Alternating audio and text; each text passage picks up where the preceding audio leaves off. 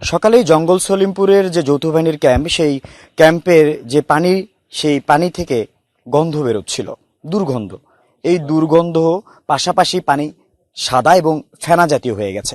সেটির পরপরই কিন্তু পুলিশ সদস্যরা অনেকটা আশঙ্কা করায় যে এই যে তাদের আহ, পানির যে সংযোগ, সেখানে বিষ মেশানো হয়েছে। সেই পানির স্যাম্পল এখনো রাখা হয়েছে, এখন রাত। সেই স্যাম্পলটি এখন দেখছেন পুলিশের একজন কর্মকর্তা। এবং এটি যে পানির যে গন্ধটি, সেটি এতটাই দুর্গন্ধ যে অনেকটা আম, বিষের যে ঘ্রাণ, সেই ঘ্রাণটা কিন্তু পাওয়া যায়, যে কীটনাশকের যে ঘ্রাণটা থাকে সেই ঘ্রাণটা কিন্তু পাওয়া যায়। এবং আমি স্পষ্ট করে যদি উপরের অংশটা দেখা যায় পানির, সেখানে কিন্তু ফেনা হয়ে গেছে। আমরা একটু এই বিষয়ে জানতে চাই, কি দেখলেন পানিটা, এটা ঠিক কখন বের হতে শুরু করেছে এবং কি দেখলেন এই পানিগুলোতে?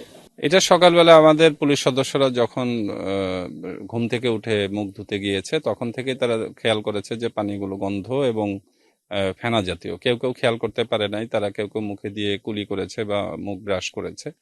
তাদের দু একজনের একটু ফুড ইনফেকশন হয়েছে, যে পেটে পীড়ার সমস্যা হয়েছে সারাদিন। আর এখানে আমরা পানিটা সংগ্রহ করে রেখেছি। এই সকালে সংগ্রহ করা পানিটা এখনো নাড়ালে যেভাবে ফেনা হয় এবং গন্ধ হয়, তখন তো কতটা তীব্র ছিল আপনারা চিন্তা করেন। এটা আমরা টেস্টে দিব, এটা আমরা রিপোর্টও নিয়ে আসবো, এটা কি আছে না আছে, এবং এরপরে আমরা প্রয়োজনীয় যে মামলাতেও যেতে পারি।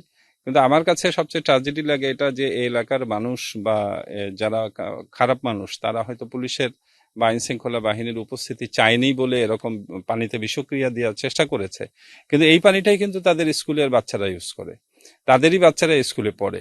তারা আমাদের ক্ষতি করতে, যে আজকে যদি তাদের বাচ্চাদের 5-7 জন 10 জন হতাহত হতো, তাহলে এই কষ্ট তারা কোথায় রাখতো? আমাদেরকে না ক্ষতি করার জন্য তারা চেষ্টা করেছে, কিন্তু ক্ষতিটা তো শেষ পর্যন্ত তাদের কাছে পৌঁছাতো। ঘ্রাণটা নিয়ে যদি একটু বলতেন, এই কেমন মনে হচ্ছে এই এই প্রাথমিকভাবে? ঘ্রাণটা খুবই তীব্র এবং বিষাক্ত। এটা যদি আমি আপনাকে কাছাকাছি একটা গন্ধের সাথে তুলনা করি, সেটা ফিনাইলের মতো।